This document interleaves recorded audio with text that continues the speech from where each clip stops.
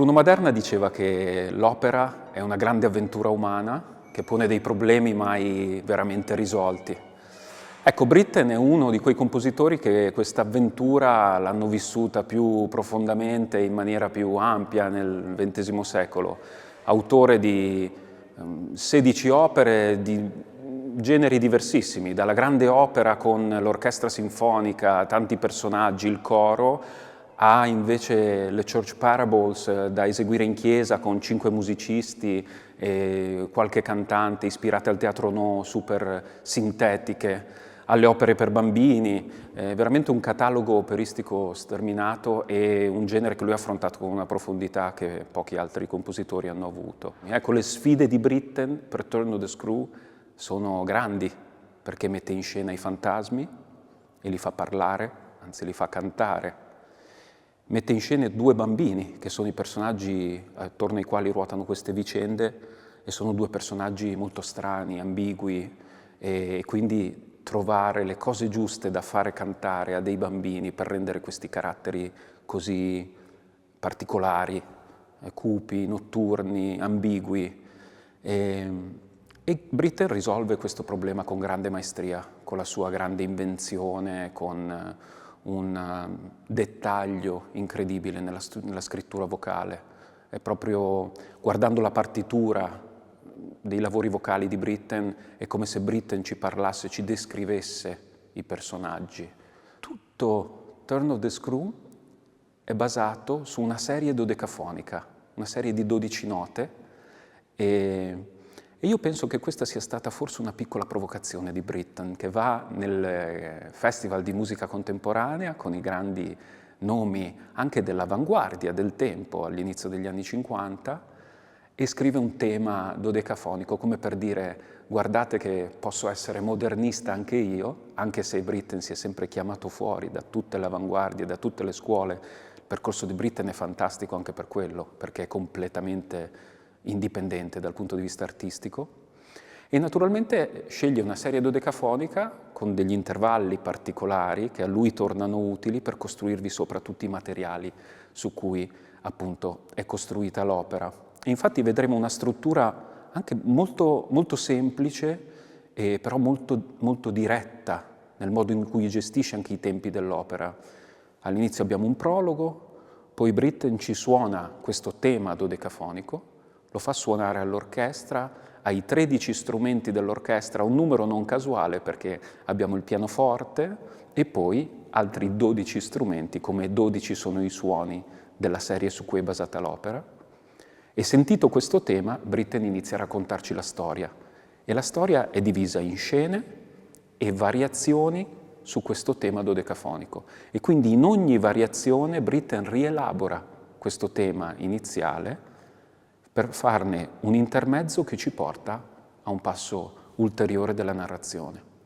Per me personalmente è una gioia essere qui a Reggio Emilia, a lavorare con Fabio Condemi, Fabio Kerstig, trovarci qui ogni giorno a costruire l'opera pezzo per pezzo insieme. È veramente un piacere enorme, è un piacere enorme lavorare con questo cast di cantanti. E penso che da questi 2 bambini straordinari inglesi che abbiamo nel cast alle ragazze che fanno i ruoli femminili, adulti, a Peter Quint, abbiamo veramente l'occasione di avere i personaggi giusti con le voci giuste per raccontare questa storia, specialmente in uno spazio così bello, così intimo come quello del Teatro Ariosto.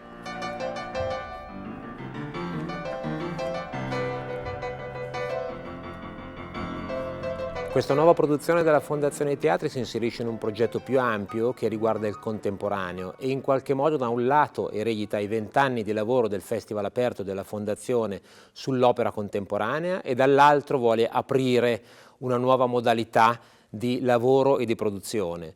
In questo senso stiamo lavorando al Teatro Ariosto e non al Teatro Valli, il teatro abituale dell'opera lirica, e stiamo lavorando al Teatro Ariosto perché qui esistono degli spazi con l'apertura della Sala Verdi per poter far lavorare un gruppo giovane in maniera diversa, in maniera anche produttivamente diversa.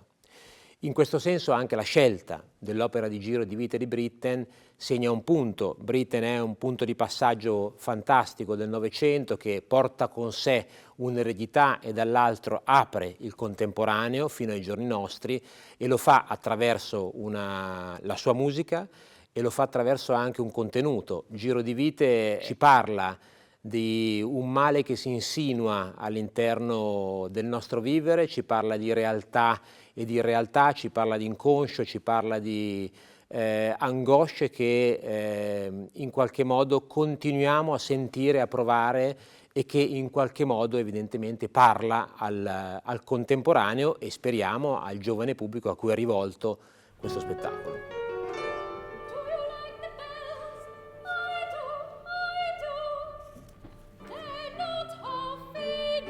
Sicuramente andando ad affrontare il lavoro sullo spazio e cercando di capire quale potesse essere la cornice dentro la quale ambientare la lettura registica che Fabio Condè mi ha fatto di quest'opera, da subito mi sono detto che non aveva alcun senso cercare di rappresentare realisticamente, per esempio, l'epoca storica. Non era nostro interesse in qualche modo procedere con un'illustrazione degli ambienti e degli scenari presenti all'interno del libretto, quanto è da subito, come dire, ci è da subito sembrato organico, naturale e coerente rispetto alla musica e al testo il desiderio di spostarlo, quindi di inventare una cornice narrativa in cui vediamo un detective alle prese con un manoscritto, che è il manoscritto poi della governess, che dà il là nel prologo all'azione, ed è come se sfogliando le pagine di questo diario della governess trovato da questo detective, il pubblico si ritrovi insieme a noi, spettatore di questa storia che si dipana davanti agli occhi degli spettatori in questa forma che oserei dire quasi cinematografica di piani sequenza, scene che scorrono su un carrello che è una teca, che è un diorama in cui esterno ed interno arrivano a coincidere, in cui i piani temporali, spaziali cominciano a diventare meno definiti. Un'altra cosa alla quale tengo particolarmente è quella che io chiamo la componente ipertestuale del teatro che insieme a Fabio abbiamo cominciato a fare ormai dal 2017 insieme. Ipertestuale significa che all'interno, diciamo, dello scorrere lineare della trama dell'opera scorre una drammaturgia parallela fatta di segni che possono essere segni visivi, codici, testi, immagini, molto spesso composte dal vivo mediante l'utilizzo di strumenti analogici che possono essere diaproiezioni, Super 8, lavagne luminose. Quindi la componente ipertestuale significa che lo spettatore viene responsabilizzato in qualche modo e quindi lo spettacolo e i suoi concetti, i suoi contenuti vengono offerti in una grande libertà di segni e di linguaggi presenti sulla scena, varie stratificazioni, appunto, oltre alla musica, oltre alla trama, questa componente della parola, il diario della governess che è scritto, le foto che lei scatta che vengono proiettate, l'indagine del detective, quindi in qualche modo è ipertestuale perché è carica di segni e di informazioni che poi sta al pubblico in qualche modo montare nella sua testa. E quello che credo possa essere anche interessante è l'idea che le immagini in qualche modo non vengano preconfezionate ma che vengano create in diretta dai performer, dai cantanti, quindi che ci sia una messa in scena dell'immagine, quindi in qualche modo lavorando noi con lo spettacolo dal vivo e di conseguenza offrendo lo spettacolo al pubblico, il tema della creazione in diretta delle immagini e quindi il supporto analogico rispetto a quello digitale permette di far diventare main stage il backstage, io dico, e di conseguenza l'immagine si carica di segno e di forza e di interesse proprio perché viene creata in diretta, quindi diventa in qualche modo un personaggio quanto i personaggi in carne ed ossa.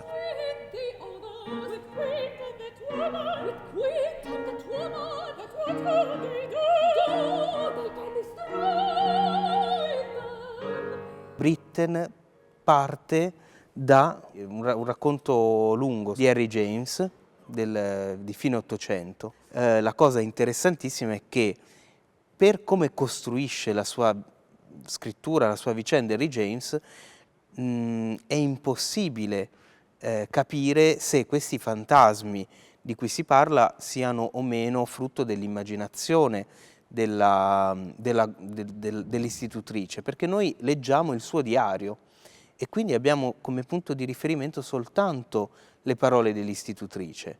È un romanzo che tuttora sfido chiunque a rileggerlo anche adesso e non provare un brivido, perché James riesce a creare degli spettri che sono degli spettri che hanno a che fare con l'assenza, con il ricordo, con il rimpianto, con il rimorso, e nello stesso tempo riesce a dare a queste presenze qualche cosa di raggelante. E quindi il romanzo è un romanzo che è stato interpretato in tantissimi modi. Pietro Citati dice che ne è nato quasi uno sport interpretativo. Invece Britten fa un'operazione che mette in luce tutte le contraddizioni bellissime che ci sono nel romanzo di James, e lo fa attraverso la musica, attraverso le parole.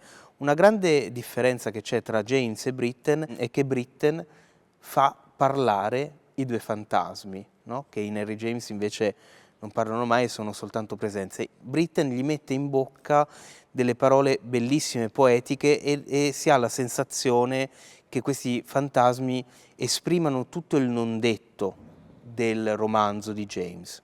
Sono partito da uno scritto di Pietro Citati, quello che citavo prima, che dice una cosa secondo me chiarissima, cioè dice che Henry James è riuscito a terrorizzarci allontanando attraverso un espediente letterario che è quello di una cornice dentro una cornice dentro una cornice, allontanando apparentemente da noi la vicenda. Cioè c'è un narratore che ascolta da un altro una storia che gli è stata a sua volta raccontata da un'altra. Detta così sembrerebbe, dice, ma allora dov'è la vicenda? No? È così lontana che fa meno paura. E invece questa sensazione frustrante anche a volte che crea James di lontananza della storia, cioè del fatto che tu della storia puoi avere soltanto dei brandelli, è la vera genialità di Giro di Vite. Anche in Britten c'è questa figura del narratore. Io quello che ho cercato di fare è di mettere su due piani diversi questa narrazione. Da una parte scorre parallelamente la storia di questo detective e quindi dei materiali che lui consulta, che a volte vanno in contraddizione con quello che noi vediamo in scena, e quindi ho cercato di mantenere questa duplicità. Qual è la verità? Quello che lei ricorda, quello che lei ha vissuto, quello che lei ha scritto, il fatto per come è avvenuto, eccetera, eccetera. E poi in scena invece vediamo questa istitutrice che sente, arrivando a Bly Manor, la presenza del male, tema importantissimo nell'opera, e che è il vero mistero di quest'opera. Cioè spesso viene detta la parola bad, no? Nell'opera, ma ad un certo punto, in una delle scene anche più, insomma, giustamente famose dell'opera, il bambino Miles canta questa strana filastrocca fatta di doppi sensi sul termine malo. Quindi entra nell'opera attraverso questa filastrocca e poi rimane attraverso dei temi musicali che si inseriscono nell'opera, questo tema del male metafisico. Cioè, che cos'è il male? Per quello Britten usa questo termine latino, no? Che cos'è il male? Come si manifesta? E che rapporto abbiamo noi con il male? Infatti il bambino alla fine della filastrocca dice ma è una filastrocca che nessuno mi ha insegnato, l'ho trovata, mi piace, e poi chiede all'istitutrice: e a te piace questa filastrocca? Ma noi subito ci sentiamo investiti da questa domanda, cioè e a te qual è il tuo rapporto con il male?